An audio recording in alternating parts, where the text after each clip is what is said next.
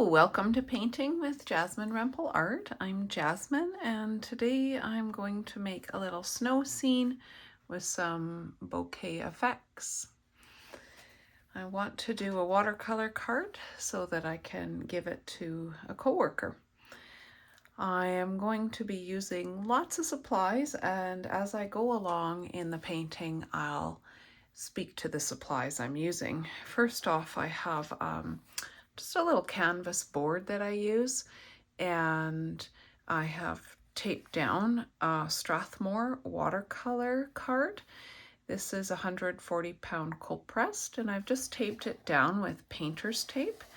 Once I put the painter's tape on to create a nice border, I use this bone press along the edges of the tape so that I could avoid seepage from the paint in the background. So I've already done that actually.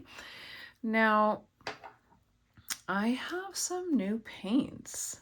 It was my birthday a couple of days ago, and my husband and I took a little day trip, and we went to a local city nearby that has an art supply store, and he treated me to my first ever set of Daniel Smith paints. I usually use Winsor Newton Professional, so I'm excited to try these.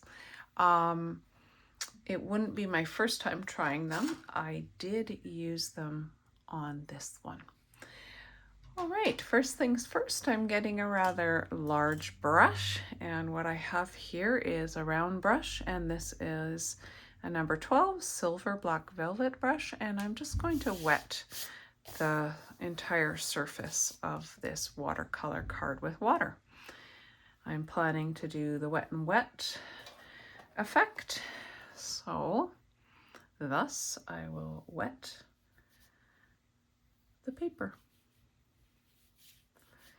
Now, the way I see where my water goes is I turn my paper and I look for a sheen.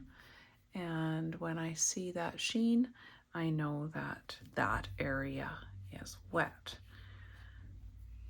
My goal in wet and wet is to have enough water on the paper that the paper has absorbed the water, and it begins to raise a little. My paper has cotton in it and it's basically drinking in that water. I don't want so much water that, pardon me, I'm just going to turn my light a little bit because it's really bright. I don't want so much water that I have a pool of water, because I want to use salt, and there is kind of just this right balance for the use of salt. So, all that being said, when I tilt my board, water is not going to run off in big amounts. I have a tiny drip down here, but that shows me that I have not over wet my paper. All right, now I'm reaching into, to be quite honest, I'm new with this Daniel Smith, so I don't even know what paints I'm reaching into.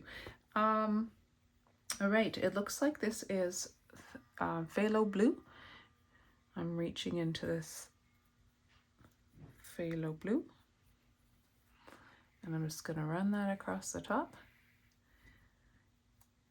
You know what, to be honest, this looks a lot more like ultramarine blue. This would be the French ultramarine. Any blue you choose would be just fine. In this painting, I'm just going to play a bit. I'm going to play a bit with blues and some pinks in my sky. So there's a pink, pink red. Any one you choose will do.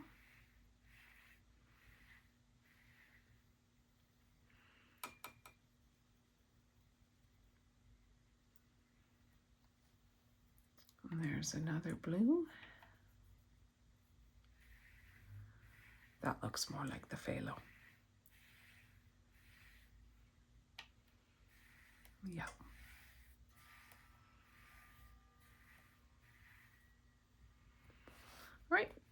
tilt my board a bit and let those colors run. It kind of looks like a sunset sky, very pretty. I'm going to add a bit of this. I think this is a cerulean.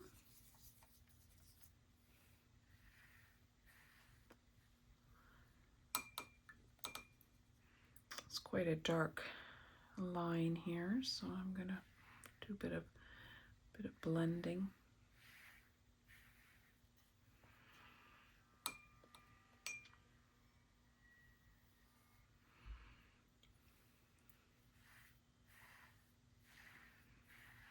Run that brush back and forth.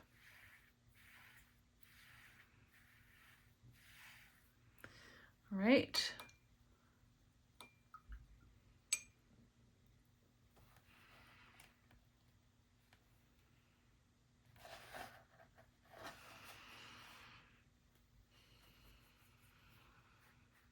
I'm not loving how linear this is, so now I'm coming back in a little more aggressively.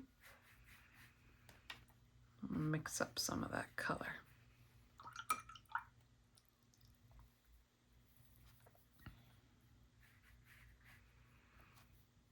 It's a different pink. I think this is a permanent rose.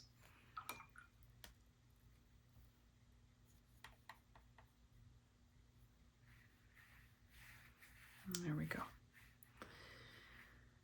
Change that sky up a bit. If there's going to be lines, I want them to be more curvilinear than straight and horizontal like. That's better.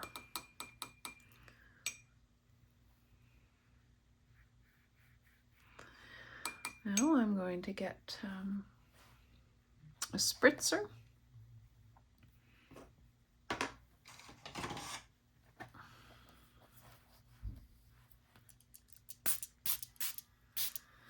Spray it and then let the color run.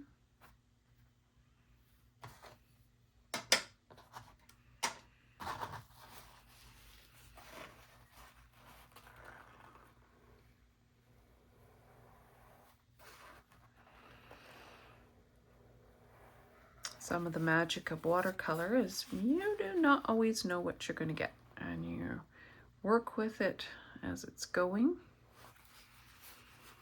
and sometimes let what's happening happen. I'm just picking up a bit of that blade there. I'm going to turn my board a different way and let it run a different way. Absorb a bit from here so I don't get a hard edge.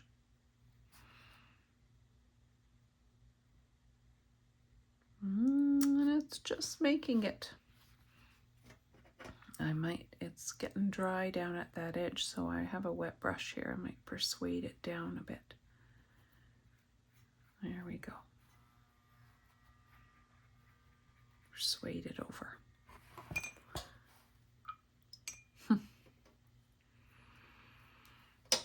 Right, that is interesting. I don't mind that.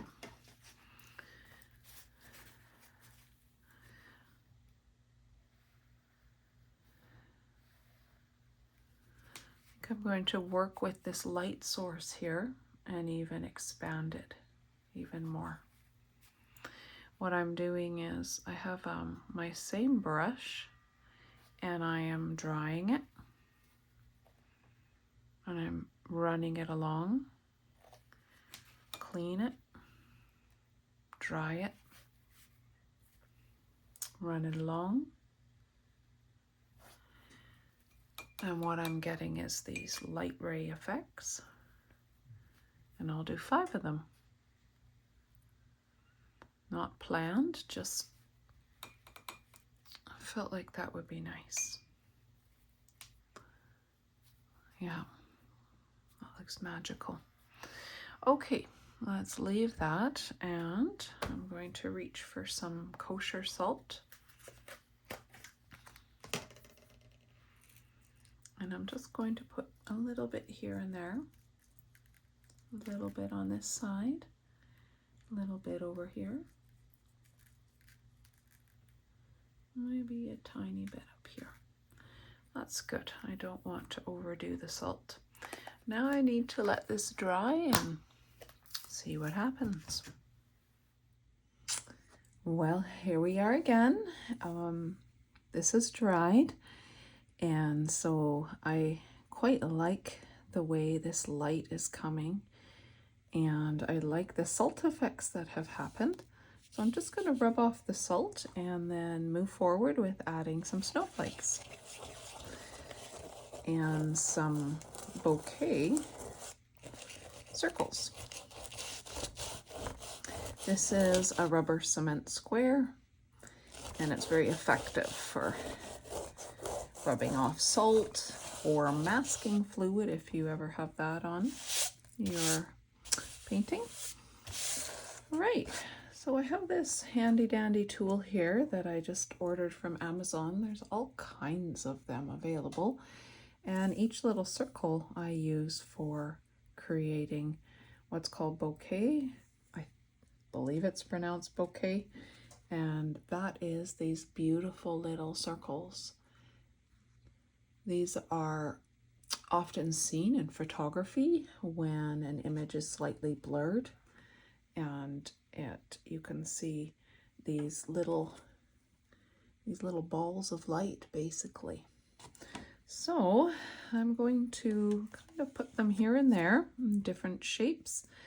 I'll start with one right here. I'm reaching for this brush here. It's actually an acrylic paintbrush, and it has a flat tip, but honestly any paintbrush would do in lifting out a bit of color. This one's called a Deerfoot Stippler, and it's a 1/4 inch Artist Loft. I'm reaching in sort of some of the water and just removing a bit of it, and then I'm just going to proceed with rubbing this around gently, and it's lifting off some of that watercolor paint. I'm going to lift this up and get a tissue. I'm just going to tap, and there is my first one.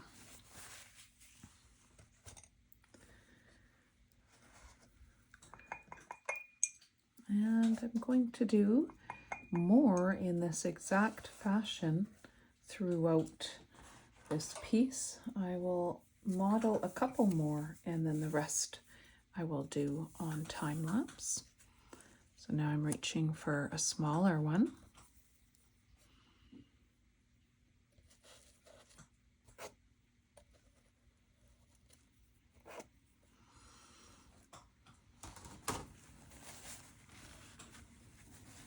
Nice. And I'm just going to rub off any excess paint. And I think I'll do one down here coming off the edge.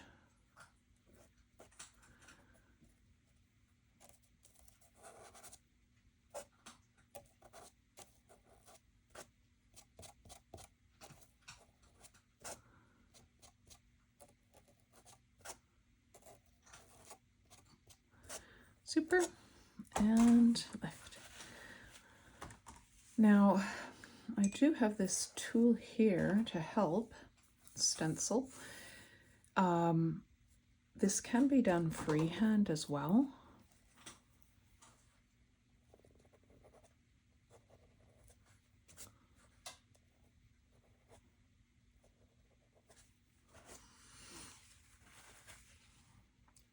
There's a freehand circle. I'm going to proceed to do more of these on time lapse.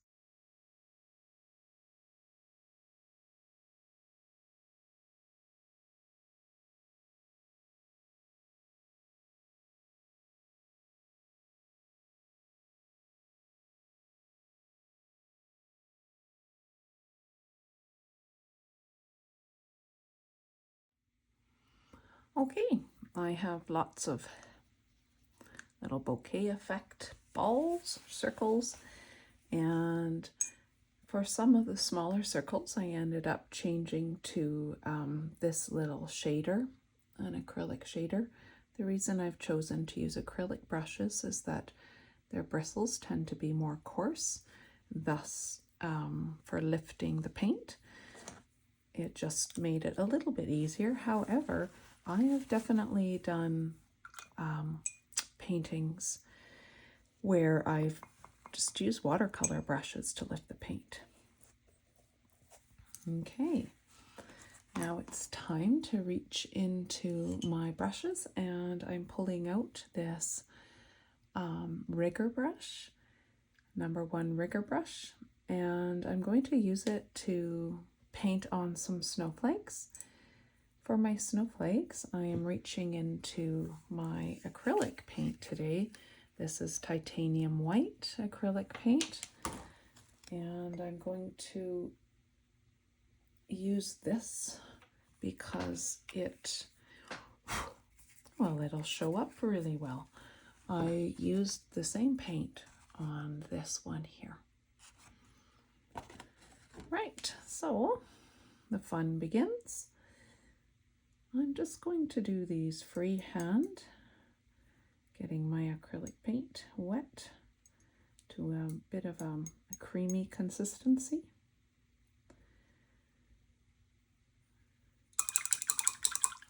I actually decided mid-swipe that I'm going to reach for a different brush if I've got it. I do. Pardon me for a minute. This is my watercolor rigger brush. This one is a liner brush for acrylic paint or watercolor, so I want to use this one instead. I'm very protective of my watercolor brushes. So I had a moment where I thought, nope, I don't want acrylic paint on this. So I'm actually rubbing right now my watercolor brush inside some ivory soap, cleaning it off, and I'll put that aside and wash it more thoroughly later. Back to it.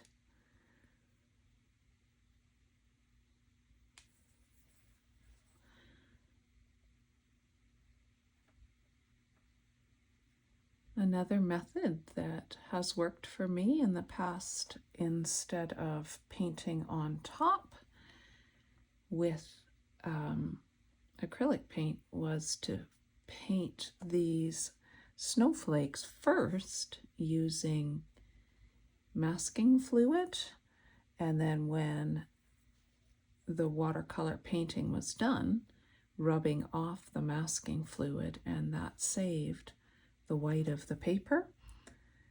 And if you want to see a video in that way, if you look in my videos, you'll find one, a snowflake bookmarks, and a snowflake card where I used that method.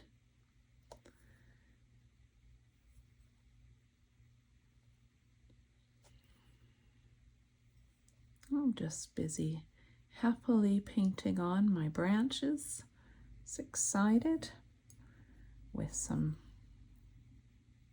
extra branches coming off.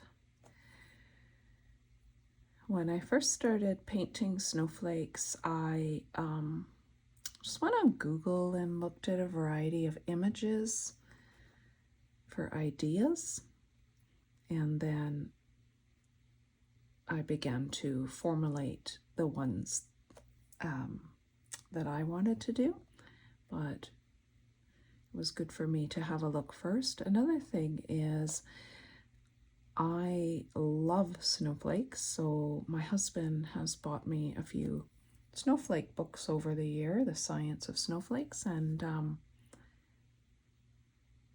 so I've looked at them in close-up photography and have been inspired by that as well. I am originally from Vancouver Island, where it doesn't snow much, And I moved to the interior of British Columbia about going on 11 years soon, 10 and a half years. And I was very inspired by the beauty of snow in the winter times.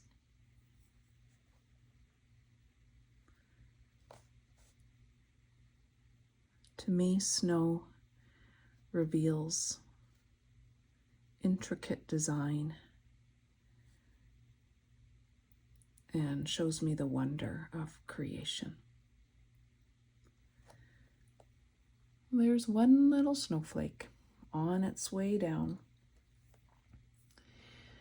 created floating down to bring joy to somebody. I'm going to do one more freehand in real time, and then again I'll move to time lapse while I finish the card.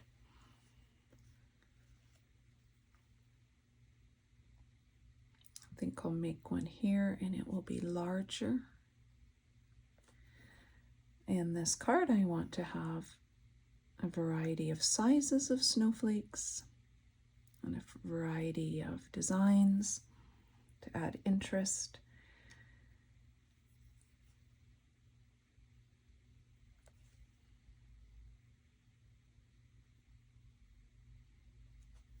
Starting with my X shape and then moving on to cross that over. I've been doing snowflakes in the classroom with children, preparing ornaments for their parents for Christmas. And in our winter concert, we sang 2 songs about snow, so we've been doing a lot of art around snowflakes. It's been really fun. Okay.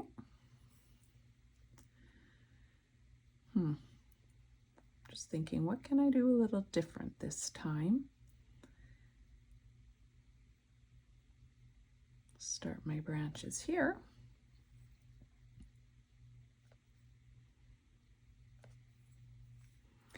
Acrylic paint needs to be constantly re-wetted.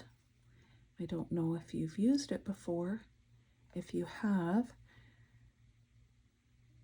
it's not like water. If you haven't, it's not like watercolor paint where you can just leave it and then re-wet it once it's dry. Once it's dry, it's hard plastic and it can't be re-wet and reused. So when I'm using it, sometimes I use a stay wet palette. I'm not this time, so I'm just always adding a little more water as I'm going along. I think I'll just do a little circle on the ends here.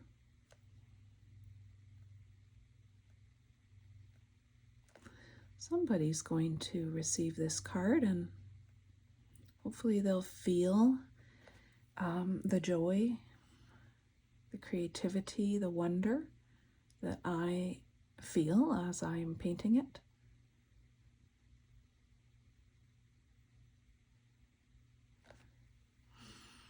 I used to really not like winter because when I lived on a more temperate climate, I was able to get outside a lot more in the greenery. It took me a while to appreciate the beauty of a cold interior British Columbia winter. And from an artist perspective, there's definitely beauty to be seen. And so now, when winter comes, I really look forward to being in my studio and expressing the beauty of the season. You probably feel the same. If you do, let me know. I'd love to see some of your creations. All right, I'm going to move now to time lapse.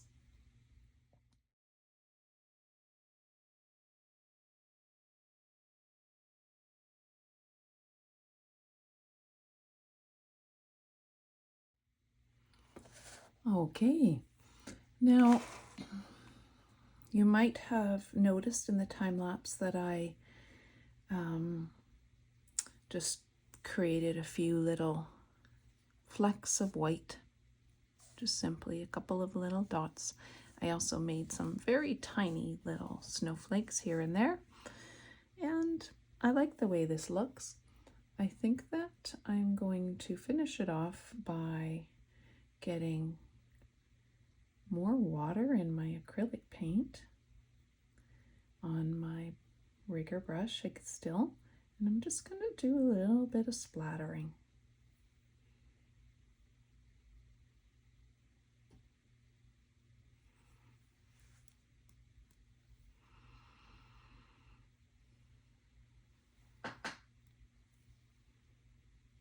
Just tapping my brush with my finger.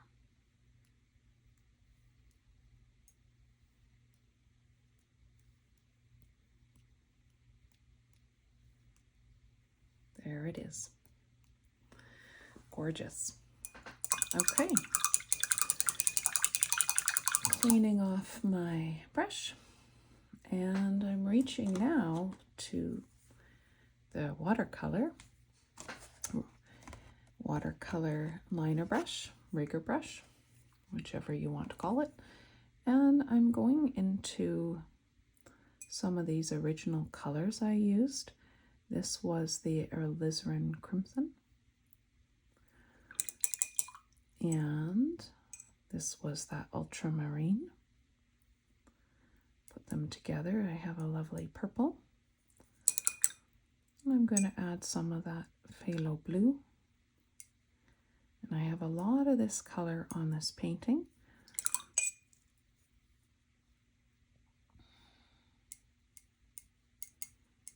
That's the burgundy that's there. I'm thinking right now of how I want to sign my name. That's what I'm thinking about. There we go.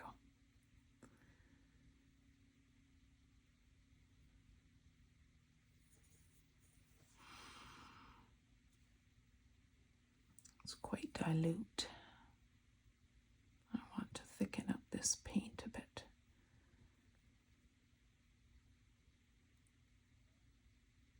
That will work. All right, I'm just going to JR, Jasmine Rempel. Very simple little signature, and time to peel off the masking tape. To do that, I often will blow dry first now, because I just blow dry the tape, the edges, because that prevents any ripping. So I'm going to turn this off while I blow dry it. Okay, the tape is removed and has left a nice crisp fine border. I've also added one more snowflake, and then I put iridescent medium on top of the snowflakes and in little bits on the background to add an extra shimmer. The iridescent medium I have right here. It's by Winsor Newton, and it's pretty addicting if you get it. It's so easy to add lots and lots of it to your painting. I even put it on my initials, which perhaps was a little much, but there it is. I put the iridescent medium on with my rigger brush, just simply following along the different shapes and patterns here and there. I think that's it. Here's a nice winter card to give to someone. I hope you've enjoyed the video today. If you have, I'd love it if you'd leave a like, or a comment would be nice. If you want to share a picture of a painting you did inspired by this, you can find me on Instagram, Jasmine Rempel Art, and send me a message, or on Facebook, Jasmine Rempel, and I will definitely reply, and I'd love to see your art. Happy creating. Bye for now.